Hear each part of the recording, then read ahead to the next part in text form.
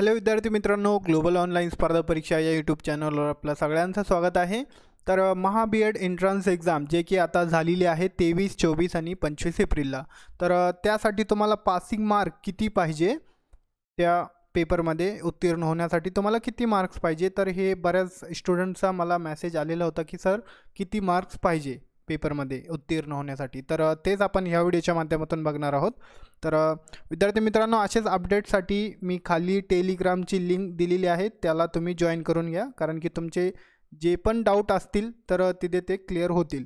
तर चला आपण ऑफिशियल वेबसाईटवर जाऊया। तर त्याआधी मी तुम्हाला सांगू इच्छितो की जे कोणी 2024साठी प्रिपेअर करत असेल तर त्यासाठी आपण एक कोर्स लॉन्च केलेला आहे। तर त्यामध्ये तुम्हाला short notes, 40 mock test, 2000+ question bank, revision video lecture आणि 1000 त्याची फीज असणार आहे। तर विद्यार्थी मित्रांनो, लगेच तुम्ही जॉईन करून घ्या। याची 1 इयरची व्हॅलिडिटी आहे, 1 इयर त्याची व्हॅलिडिटी आहे। तर तुम्ही आत्ता पण जॉईन करू शकतात नेक्स्ट इयर प्रिपरेशनसाठी।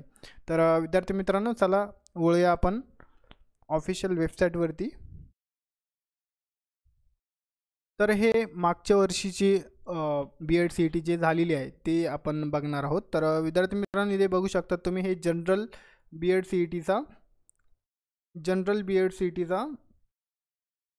हे PDF आहे। तर इथे बघू शकता तुम्ही, हे आपण एकदम लास्टला आलेलो आहे।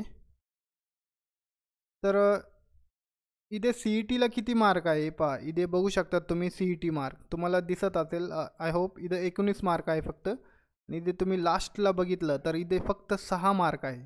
6 मार्कवाला पण पास होतो।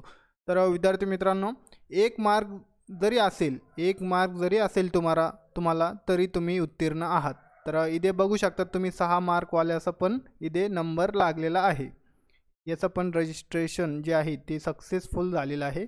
त्यानंतर ELCETमध्ये किती मार्क्स लागतात, तर ELCETमध्ये पण तेच आहे। दोन्ही पेपरमध्ये एक जरी मार्क असेल तुम्हाला तरी तुम्ही पास आहे। तर इथे बघू शकता तुम्ही CET मार्क आणि ELCET मार्क इथे 13 आहे आणि इथे 14 आहे।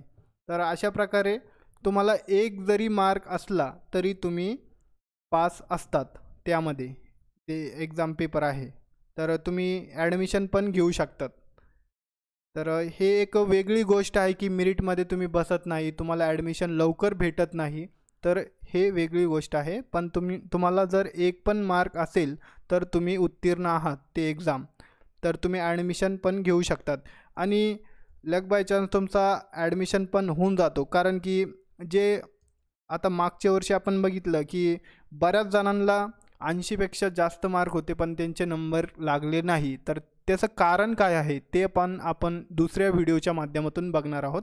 तर विद्यार्थी मित्रांनो, नवीन असाल तर आपल्या चॅनलला नक्कीच सबस्क्राईब करा, कारण की तुम्हाला पुढे महत्त्वपूर्ण अपडेट या चॅनलवर भेटतील। तर व्हिडिओ आवडला असेल तर लाईक करा आणि आपल्या चॅनलला अवश्य सबस्क्राईब करा आणि तुमच्या मित्रांना पण शेअर करा। तर थँक्यू, धन्यवाद।